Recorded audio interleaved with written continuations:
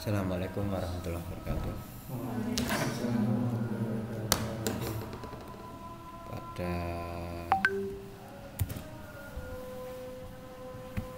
siang hari ini sedikit telat ya karena ada acara lain. Tapi yang jelas untuk materi kita hari ini sebenarnya adalah rancangan riset pendidikan dasar Islam atau rancangan riset pendidikan dasar yang nanti kita akan tahu role dari apa yang perlu kita lakukan dalam tugas akhir skripsi maupun tugas akhir non skripsi ini. Nah, maka di awal ini saya ingin menyampaikan beberapa hal tentang riset dulu ya, karena meskipun sudah ada metodologinya, tapi perlu saya sampaikan juga apa metode, apa pendekatan, apa paradigma, apa teknik penyajian. Itu yang seringkali selama ini masih ada sedikit kesalahpahaman, ada yang missing list ya, ada yang misinformasi mungkin terkait dengan hal itu. Tak kirim gini wae WA-mu. Maka dari itu kita refresh saja untuk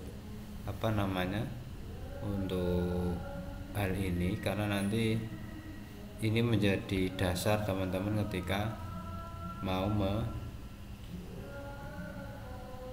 menerapkan metode gampang gitulah. Sambil nunggu materi. Jadi ada beberapa jenis penelitian yang harus dicatat. Ini perlu, wajib ya. Nanti jangan sampai jenis penelitiannya apa, jangan sampai salah ucap, salah konsep. Misal yang sering saya temui adalah penelitiannya jenisnya apa? Kualitatif deskriptif. Wah, itu mesti salah dosennya ya, salah mahasiswanya itu ya. Kualitatif deskriptif itu bukan metode atau jenis penelitian, tapi teknik penyajian data. Ingat-ingat itu ya. Kalau kualitatifnya jenis pendekatan bisa, tapi deskriptifnya tidak ada. Siapa teorinya siapa tidak ada. Dan itu hampir semua skripsi yang kakak kelas Anda hampir semuanya dulu itu seperti itu. Ki piye janjane ya. Suruh penelitian lagi kan ya mesak kayak kasihan juga. Maka dari itu di penelitian dosen juga itu ada namanya 3 penelitian umum ya. Pertama penelitian dasar, penelitian terapan, dan penelitian pengembangan kalau dosen ya. Tapi kalau di sini penelitian evaluasi, tujuannya untuk mengevaluasi. Jadi penelitian dasar ini itu untuk menguji teori atau ya sampai memproduksi sebuah teori. Ini dasar. Tapi kalau teman-teman mungkin grade-nya sarjana ya cukup menguji teori lah. Kalau menghasilkan itu levelnya KKNI level 7, 9, S2, S3 itu sampai ke grounded teori ya. Kalau metodenya, jadi menghasilkan sebuah teori baru. Paling enggak ada tesis baru, ada antitesis baru, ada semacam konsep baru yang ditemukan. Tapi kalau teman-teman saya kira cukup menguji sebuah teori, kira-kira relevan enggak gitu kan kira-kira. Angil Mas. Apa plastis? Lagu apa? Oh. Kemudian yang kedua ini penelitian terapan. Nah, Anda mau pilih yang mana nanti monggo. Terapan itu intinya untuk memecahkan problem masalah di SDMI. Misalnya ya pendidikan itu terapan banget, implementasi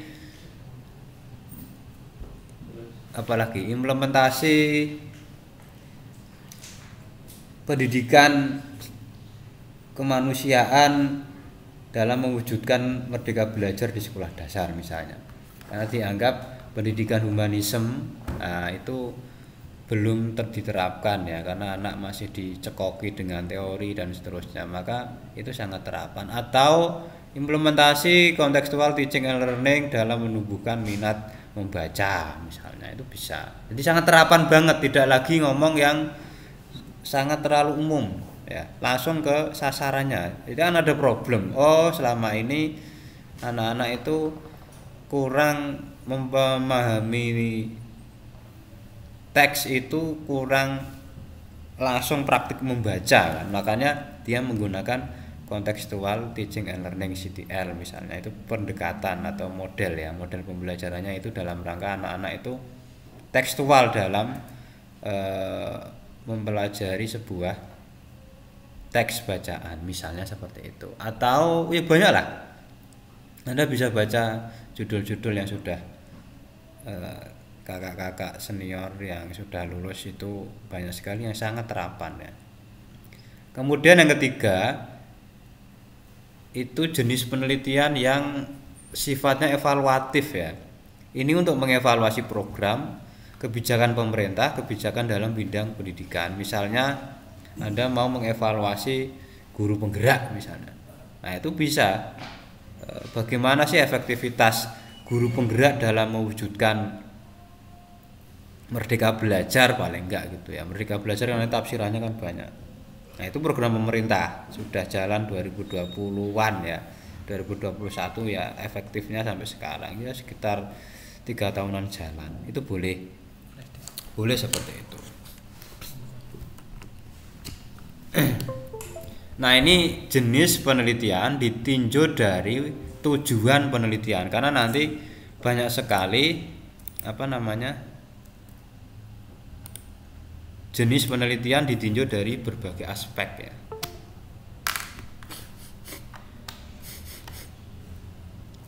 Kemudian yang kedua, penelitian kuantitatif, ya ini tradisi positivistik ya istilahnya. Ini bisa disebut sebuah pendekatan kuantitatif itu atau positivistik istilahnya. Muncul ora?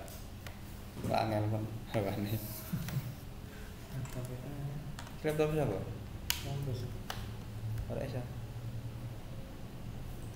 Nah, apa saja wujudnya? Contoh dari penelitian ini, misalnya survei.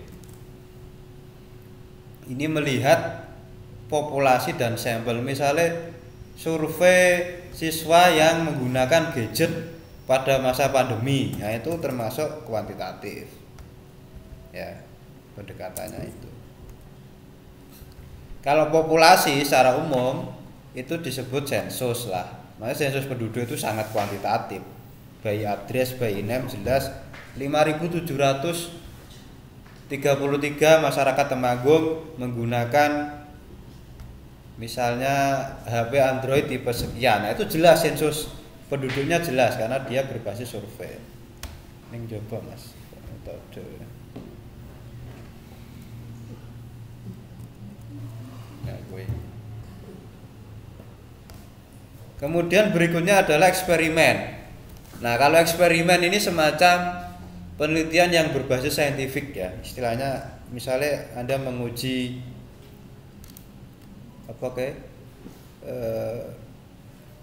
sabun herbal dari misalnya dari pelepah kurma misalnya. Nah, ini sudah sampai kepada tahap eksperimen ya. Ini bisa diterapkan. Kemudian berikutnya adalah evaluatif ya. Kalau ini jarang, saya tidak pernah meneliti evaluatif yang kuantitatif ya. Kalau survei eksperimen sudah pernah. Tapi kalau ada mau memilih ini silakan, nanti kita pilihkan dosen yang pernah meneliti itu, jadi nyambung untuk penguatan di metodologinya. Jadi tidak semuanya itu pakar di salah satu bidang ya. Nah, kemudian jenis penelitian berdasarkan waktu atau peristiwa.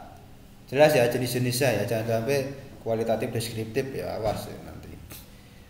Pertama adalah penelitian ex post facto. Yang ini intinya meneliti kejadian yang lampau, dampaknya dapat dilihat sekarang. Pola keterkaitan variabel bisa korelasi, komparasi, tetapi tanpa treatment. Kalau eksperimen tadi kan ada treatment ya. Misalnya apa? Efek work from home WFH terhadap kinerja guru misalnya, itu bisa. Kan masa lampau meskipun dua tahunan ya, itu bisa ada korelasi tidak variabelnya terhadap kinerja misalnya. Atau faktor burnout guru terhadap mutu pembelajaran misalnya. Atau burnout tulisannya. Ya semacam stres akademik gitu. Nah, itu kalau ex facto ya, ex post facto. Kemudian eksperimen sama tetapi dia ditinjau dari waktunya ya. Meneliti kejadian yang sekarang dan dampaknya bisa dilihat saat ini. Desain korelasional atau komparasi menggunakan treatment. Misalnya penelitian ini diterapkan kepada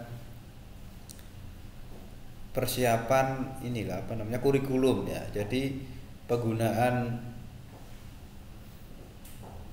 model workshop in terhadap kualitas fasilitasi pembelajaran misalnya. Jadi kan ono OJL on job learning, ada OJT on job training. Nah, itu kan model pelatihan kan. Dalam guru penggerak itu gitu. Ada in. Nah, itu bisa Anda terapkan dalam pembelajaran. Di dalam pelatihan, fasilitator atau fasilitasi kegiatan workshop itu di awal pasti ada namanya post test. Nanti bisa diukur dampaknya. Oh, misalnya workshop literasi digital ada post test, nanti in-nya ada materi, terus terus in lagi misalnya. Jadi nanti ada praktik, ada kembali di forum, terus nanti ada post test. Itu kan model pelatihan itu bisa diterapkan seperti itu. Bisa Anda teliti itu. Kemudian berikutnya adalah kualitatif. Ini yang positivistik. Tadi kan kuantitatif kan positivistik ya. Nah, ini jenisnya banyak sekali. Pertama, penelitian sejarah. Nah, ini sering digunakan teman-teman yang fokus pada biografi. Misalnya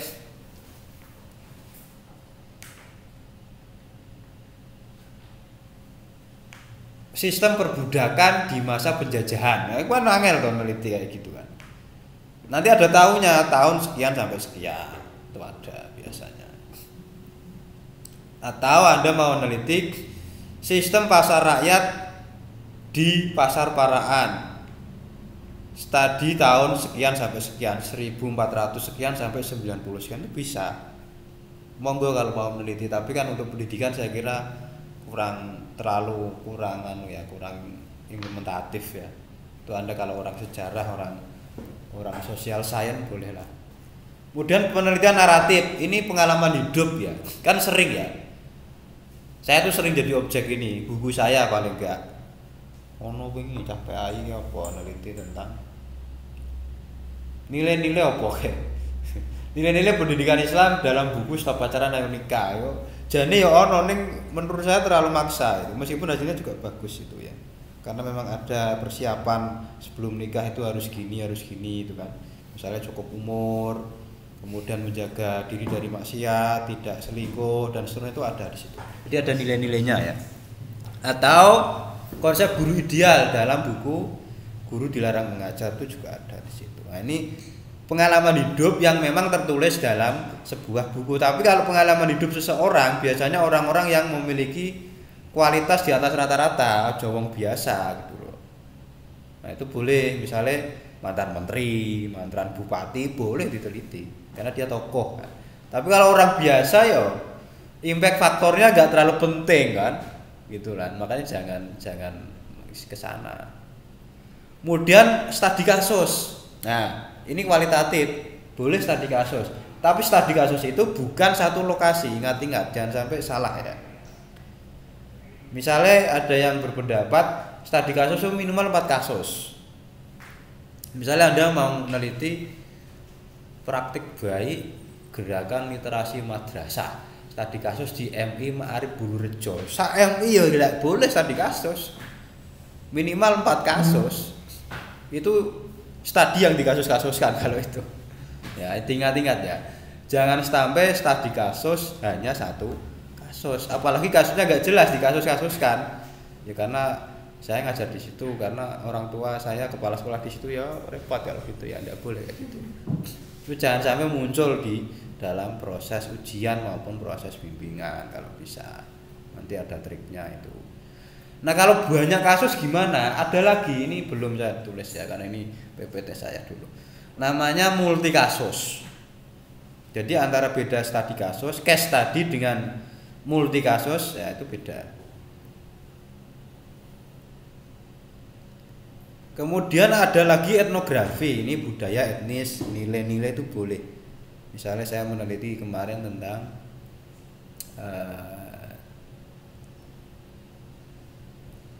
ini ya apa namanya, umpatan Sikem Jidor Telosika itu dalam konteks masyarakat Temanggung yang ternyata diungkapkan sebagai ekspresi marah dan wujud kearifan lokal budaya. Itu masuk etnografi meskipun secara teknisnya tidak etnografi tapi etnolinguistik karena ya studi bahasa ya. Itu bisa seperti itu. Kemudian fenomenologi. Nah, kalau fenomenologi itu berbeda dengan studi kasus, beda dengan etnografi. Dia lebih ingin apa ya? Pengalaman individu itu ingin diungkap. Makanya dia mengungkap fenomena-fenomena atau konsep yang belum jelas tertata. Misalnya misalnya saya kemarin lah gampangannya meneliti tentang konon penyelenggaraan pendidikan dan jaringan Islamic boarding school di Aceh misalnya.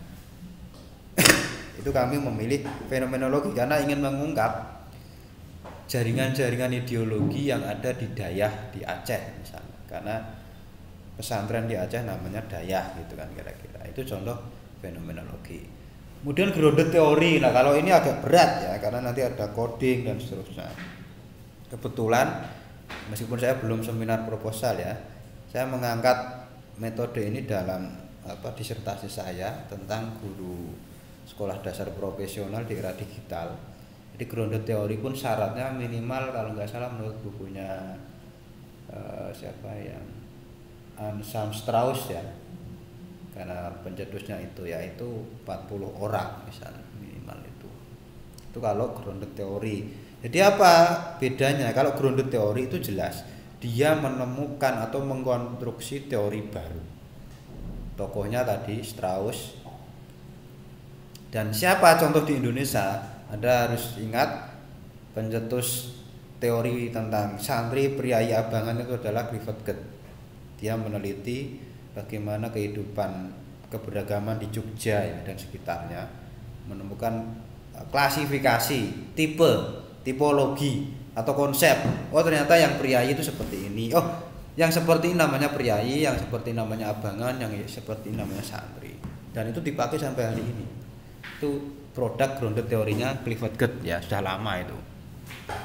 Anda bisa baca buku The History of Java misalnya atau Religion of Java itu dari penelitian-penelitian ini. Nah, kemudian selanjutnya korelasional. Pertama, penelitian ini prediktif, ada yang searah antar variabel, dan korelasional yang non parametrik dan inferensial. Ya. Kalau korelasi ini mencoba menghubungkan antar variabel. Ya, intinya gitu. Tapi saya tidak ahli di sini, jadi tidak bisa menyontohkan banyak. Tapi yang jelas Anda boleh mencobanya, mencoba mengkorelasikan gitu loh. Nah, ini bisa menggunakan SEM ya, atau beberapa aplikasi pembantu. Yang jelas Anda bisa memulai mencoba karena saya senang ketika penelitian itu tidak hanya PTK terus ya. Dan saya bersyukur dari tahun belakangan ini ya, tahun kemarin ya, itu ada satu mahasiswa yang mencoba memulai membuat Research and Development R&D, sudah sampai tahap uji mencari uji keefektifan ya. siapa Maratus Solih kalau nggak salah, tentang pengembangan game itu bagus itu. Karena biasanya yang R&D itu S2, S3. Tapi S1 seperti itu ya kita siap bimbing nanti. Kemudian ada juga penelitian survei. Ya, kalau survei ini biasanya tidak terlalu digunakan di dalam pendidikan. Hanya jejak pendapat lah gampangannya gitu. Misalnya survei siapa yang ya kayak survei capres cawapres lah gampang. Siapa yang memiliki istilah apa? Elektabilitas ya kan. Elektabilitas tinggi di Temanggung terhadap calon bupati misalnya atau pencalonan bupati atau pilkada.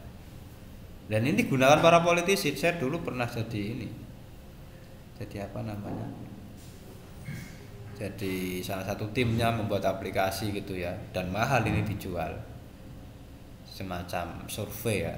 Dulu setelah indikator poll tracking, tapi saya males ya karena di lapangan terus akhirnya tidak menekuni ya. Sampel secara luas tujuannya mendapatkan gambaran respon terhadap sesuatu bersifat korelasi, boleh juga misalnya hari ini kira-kira kan teman-teman bisa membaca kan mana indikator poll tracking hasil survei versi KPU kan sendiri, karena harus bisa dipertanggungjawabkan secara ilmiah. Misalnya ya quick count itu kan diambil bukan dari perkotaan, itu kan ada alasannya. Dan quick count itu kebanyakan saya memastikan itu di pelosok desa. Dan insya Allah hasilnya akurat, kecuali yang belakangan karena politik ya kan beda. Tapi kalau secara metodologis itu akurat sebenarnya, bisa dipercaya gitu loh. Karena kalau masyarakat desa itu suaranya lebih lumayan tidak bisa dipengaruhi oleh apapun, kecuali serangan pajar itu pun kadang sedikit ya. Nah kemudian ada juga eksperimen. Tadi ya, eksperimen ini bisa Anda terapkan ketika ingin sebuah efek dari sebuah kasus antar variabel lah. Ada perlakuan. Misalnya Anda mau menerapkan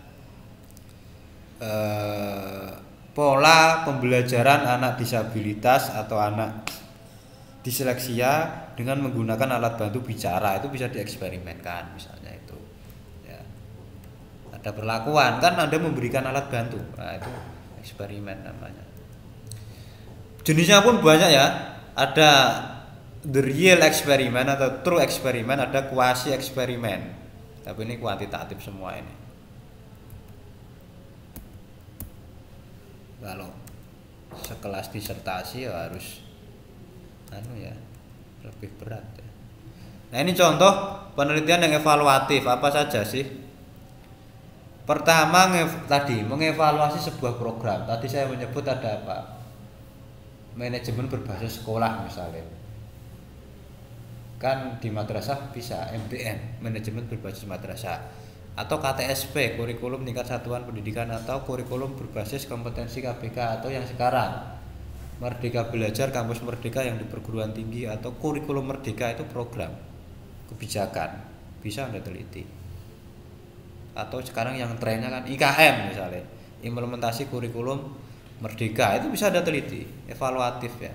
Tapi ini ada yang berpendapat menurut Prof. Arjono itu minimal 3-4 tahunan sebuah program itu. Jadi kalau hanya baru setahun dievaluasi, nah nanti hasilnya itu kurang ini, dikhawatirkan kurang valid gitu kira-kira. Kan sebuah program itu bisa diteliti minimal kan 4 tahun ya masa periode itu. Misalnya ini kampus punya program cek plagiasi, cek similarity terhadap orisinalitas karya tugas akhir mahasiswa ini Temanggung, bisa ada evaluasi. Tapi kalau nunggu 4 tahun gitu loh, baru 1 semester diteliti ya belum bisa ini ya, masih meraba-raba namanya gitu. Nah ini yang paling pokok, kita hendak mengungkap ya seberapa jauh efektivitas, efisiensi pelaksanaan atau implementasi program atau kebijakan tersebut. Katakanlah guru penggerak itu efektif enggak dalam pembelajaran? Dampaknya ada enggak terhadap hasil belajar atau kualitas pendidikan secara umum? Kalau sudah 2, 3, 4 tahun bisa Anda teliti. 3 tahun nanti kalau ganti menteri ganti lagi ya, lain masalah ya itu ya. Nah, ini kan bisa ini. Nah, ini juga penting.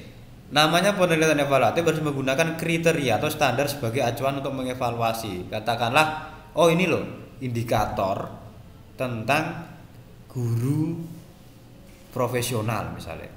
Nah, kira-kira Anda mau meneliti profesionalisme guru penggerak itu dari mana? Dari kriteria yang sudah ada di Undang-Undang Guru dan Dosen misalnya, atau di pedoman PPG, ya, pendidikan profesi guru kan di situ ada standar nasional PPG kan, ada sama PPG itu nanti Anda ketika mau PPG baik yang daljab maupun yang informasi terbaru kalau belum berubah itu ya dalam jabatan maupun prajabatan itu saya pelajari kemarin melihat standar nasionalnya. Teman-teman di UMS juga sering saya diskusi tentang PPG.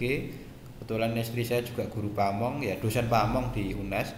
Itu memang ada standar nasional yang sama seperti perguruan tinggi. Jadi ada kewajiban penelitian dan pengabdian. Makanya mulai sekarang ada nanti kalau jadi guru tidak bisa lepas dari tridharma. Karena nanti ketika mau PPG ada portofolio yang namanya artikel di jurnal ilmiah, artikel di proceeding.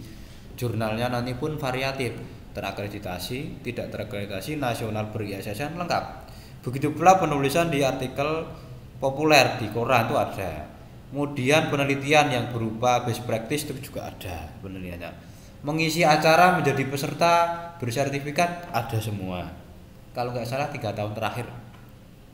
Kemudian juga menjadi panitia aktif di organisasi itu ada kalau yang PPG. Artinya apa? Ini menjadi standar ketika mau melihat profesionalitas guru penggerak misalnya itu boleh. Nah, ini evaluatif ya. Boleh seperti itu. Nah, kemudian studi kasus ya. Nah, ini bukan studi kasusnya, pendekatan ya.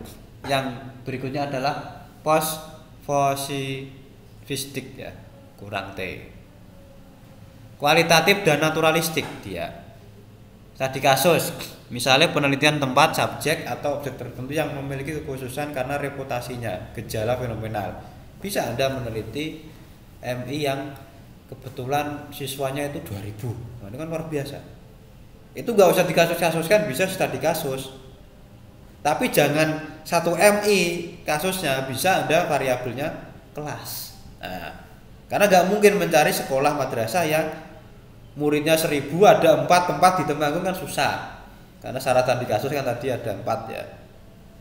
Maka Anda bisa mencari kasusnya itu di kelas. Cukup aja ambil sampel 4 kelas itu bisa. Nah, itu contoh ya. Nah, ini contoh gejala yang ada gaya kepemimpinan. Nah, komunikasi kepemimpinan di SD tertentu yang bereputasi bisa toh tadi. Bagaimana strategi kepemimpinan seorang kepalanya kok bisa sampai siswanya kok mencapai 2000 sekian. Nah, itu kan faktor pemimpinnya juga, faktor kepalanya kan. Dan seterusnya. Contoh aja ya. Nah, kemudian etnografi. Ini biar luas wawasan teman-teman ya nanti ya. Ini contoh umum aja. Penelitian tentang budaya etnis untuk mengungkap makna, tradisi, adat istiadat atau nilai yang ada. Tadi saya contohkan. Ternyata penggunaan umpatan telo, sikem, jidor, sika itu tidak untuk marah-marah ya, tapi ekspresi budaya. Karena dari teori penciptaan budaya ini lahir dari warga masyarakat atau penduduk Temanggung yang berasal dari petani tembakau. Ketika mereka tertindas oleh para cukong, para kartel, ya di atasnya grader lah ya, para politisi atau pihak manapun yang mencoba menurunkan harga tembakau, maka masyarakat ini melawan dengan budaya.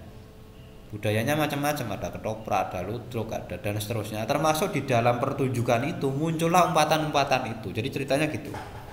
Ada sika, telo, jidor itu untuk apa ya, melawan gerakan kultural masyarakat lokal utamanya di Lamung Legok dalam memerangi tembakau atau orang yang mencoba mengusik harga tembakau atau membunuh perekonomian tembakau, karena tembakau tidak hanya soal pertanian tapi juga politik ya. politik dan pemerintahan dan seterusnya. Oke, contohnya yang kecil, peran nilai-nilai kearifan lokal, suku, bla bla bla. Jadi ingat, kearifan lokal itu langsung menunjuk lokasi tertentu, bukan kearifan lokal umum.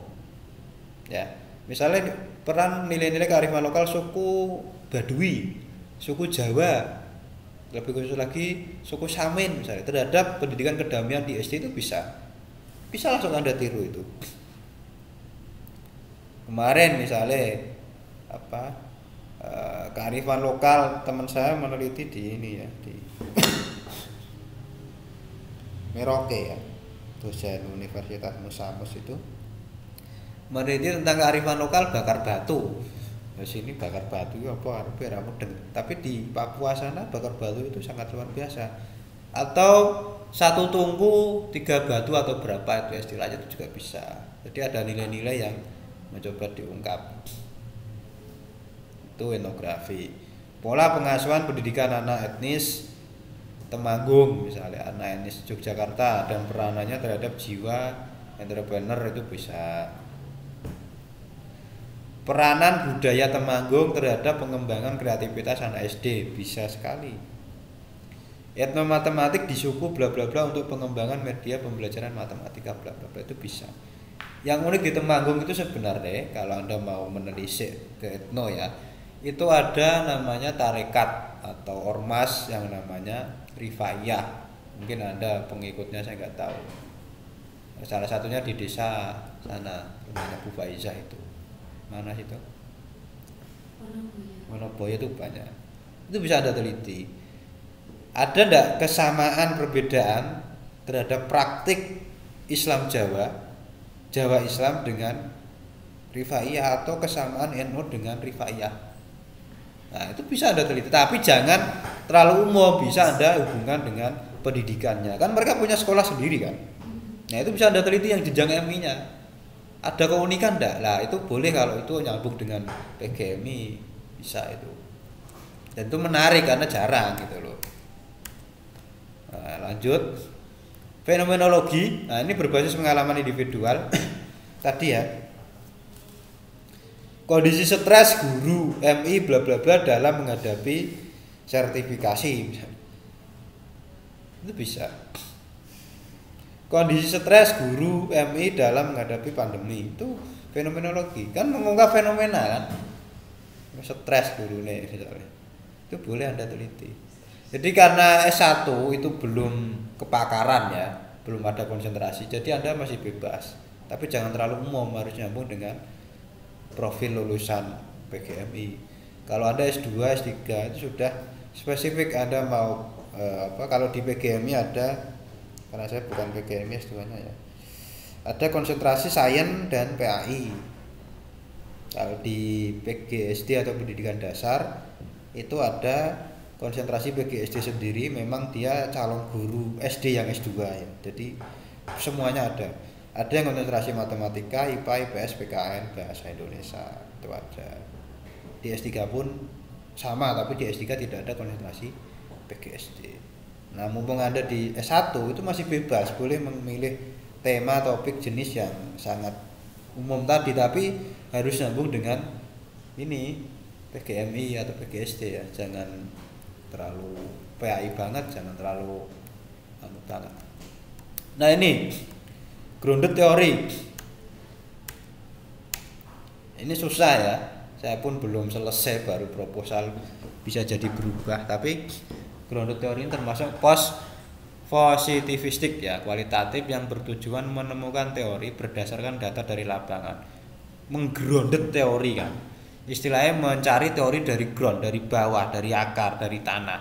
Kalau bahasa lainnya itu mengumpulkan kepingan-kepingan puzzle yang terpisah, nanti Anda kumpulkan. Katakanlah gini. Moderasi beragama bagi guru lintas agama di Kabupaten Temanggung itu bisa. Jadi Anda nanti mencari pendapat atau praktik baik guru tentang apa sih makna moderasi beragama menurut guru MI yang beragama Islam, yang NU, yang Muhammadiyah, yang Al-Wasliyah dan seterusnya. menurut guru Kristen, menurut guru Katolik, Buddha, Konghucu, bahkan ada kepercayaan. Itu namanya grounded teori. Jadi menggrounded dari guru-guru, tidak hanya dari Islam. Karena moderasi beragama, misalnya itu ya. Nah, itu contoh di luar yang sudah tertulis ini. Atau Anda mau mencari teori game untuk pendidikan, bisa saja. Teori gamenya itu yang digital, manual, atau pakai AI, dan seterusnya. Atau begini, teori pendidikan yang custom agung apa? Nah, harus cari keunikan. Kalau nggak unik ya nggak layak jadi grounded teori. Misalnya di Wonosobo Dieng atau di Banjarnegara itu ada yang namanya anak gimbal ya. Nah, di situ ada teori baru nggak? Ada teori yang menarik nggak? Misalnya teori pendidikan humanisme misalnya dalam masyarakat Dieng bla bla bla itu bisa ya, itu bisa. Atau teori tasawuf modern, nah itu bisa dalam masyarakat bla bla bla bla yang khusus unik karena misalnya Rifaiyah menggunakan tasawufnya Ahmad Rifai misalnya, itu bisa banyak sekali lah ya. Kemudian selanjutnya adalah post positivistik atau empowering, berbasis data kritis, teori kritis, dan karakteristiknya ini. Tapi ini berat ya. Saya belum melakukan ini. Masih grounded teori tadi. Jadi dia anti kemapanan, emansipasi, misi pemberdayaan, perubahan, change, improvement, dan kesamaan hak. Jarang diteliti. Nah, tapi yang sederhana ini teman-teman. Tapi yang sederhana itu sudah dilakukan, saya lakukan, dan teman-teman yang lain lakukan. Ini yang sederhana ya, kan untuk terapan. Misalnya penelitian tindakan atau action research, beda dengan classroom action research. Misalnya kemarin Mbak Munawaroh melalui program satu tua atau apalah, satu mahasiswa satu video atau satu siswa satu puisi itu bisa. Itu dia tidak berbasis kelas tapi berbasis tindakan, namanya penelitian tindakan. Ada treatment boleh. Misalnya peningkatan hasil belajar atau peningkatan keterampilan membaca puisi melalui satu hari satu puisi, itu bisa itu tidak masuk penelitian tindakan kelas karena tidak berbasis kelas. Apa bedanya? Kalau penelitian tindakan itu bebas, tidak berbasis materi kurikulum, berbasis program pun boleh. Tapi kalau penelitian tindakan kelas harus berangkat dari masalah di kelas, khususnya masalah dalam mapel, mata pelajaran. Ya, itu kemarin juga ada yang tentang studentpreneurship dalam menanamkan atau meningkatkan sikap kemandirian. Nah, sikapnya ada indikatornya. Jadi indikator siswa mandiri itu kayak apa itu ada. Itu boleh. Kalau tindakan kelas, nah itu tidak perlu saya jelaskan dalam lah ya, teman-teman sudah banyak melihat skripsi mahasiswa PGMI utamanya itu rata-rata classroom action research atau penelitian tindakan kelas. Atau penelitian berbasis gender atau feminisme. Gender bukan perempuan ya, tapi jenis kelamin ya. Guru SD perempuan dan sifat keibuan. Nah, itu bisa. Nanti Anda lihat kompetensinya dan profesionalismenya. Ya karena memang Fakultas Tarbiyah, Fakultas Ilmu Pendidikan atau Fakultas Keguruan Ilmu Pendidikan itu kan fakultas keibuan kan. Strategi pengembangan profesionalisme guru menghadapi pembelajaran digital itu bisa melalui tindakan. Nah, sekarang yang ini cepat aja ya. Campuran. Ini pendekatannya campuran, mix ya, tapi tidak mix method. Ada namanya penelitian dan pengembangan atau research and development. Kalau risetnya saja namanya Anda bisa lakukan saat analisis kebutuhan. Kemarin belum selesai, saya lagi neliti nih sama Mas Noval ya. Nanti tak review coba ya. Yang banyak agenda. Kalau hanya penelitiannya awal, nanti ada risetnya dulu, yaitu analisis kebutuhan itu. Sejauh mana kebutuhan akan sesuatu, misalnya media kah, model kah, game kah, atau apapun ya. Itu boleh dianalisis kebutuhan dulu, perspektif guru atau siswa. Kemarin judul saya apa ya? Analisis kebutuhan game edukasi berbasis kearifan lokal Temanggung dalam menanamkan kesantunan berbahasa siswa MISD misalnya itu. Nah, setelah ada data analisisnya, kemudian dikembangkan menurut analisis tadi, ya kan? Dibuat medianya, dibuat modelnya, dibuat gamenya atau apapunnya. Setelah itu harus diuji kelayakan oleh siapa? Oleh ahli pakar. Misalnya Anda mau mengembangkan game dalam mapel bahasa Indonesia, ya harus ada minimal 3 pakar untuk menguji, misalnya ahli bidang game atau multimedia lah. Kemudian ahli materinya, ya paling nggak minimal dosen atau S2, S3. Yang terakhir adalah ahli pengguna, guru. Itu harus diuji validasi. Uji kelayakan, uji kelayakan. Layak enggak? Nanti kan ada masukan. Setelah itu diperbaiki baru untuk mencari keefektifan. Jadi R&D itu hanya 2 itu, kelayakan dan keefektifan. Tambah 1 ya boleh.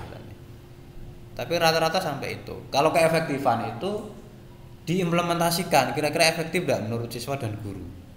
Tapi setahu saya R&D itu prosesnya lama sekali. Banyak modal ada ya, karena hubungannya sama validator, sama ini. Yang paling enak itu kualitatif, tapi jangan kualitatif terus, kalau bisa ada yang kuantitatif. Setelah itu adalah campuran, mix ya. Nah, ini boleh Anda mau menggunakan multi metode, monggo, nanti mumet saat ujian. Setelah untuk uji coba keefektifan, untuk penerapannya bisa Anda menggunakan, jadi lanjutan R&D lah gampangannya. Mix non R&D gampangannya. Explanatory itu kuantitatif kualitatif, atau exploratory kualitatif kuantitatif, atau concurrent kual-kuan bersamaan yang simultan, saling bersamaan. Tapi ini jarang, saya belum pernah melakukan. Saya tesisnya R&D ya. Ini juga kemarin R&D. Skripsi saya itu PTK, nggak tahu dulu itu.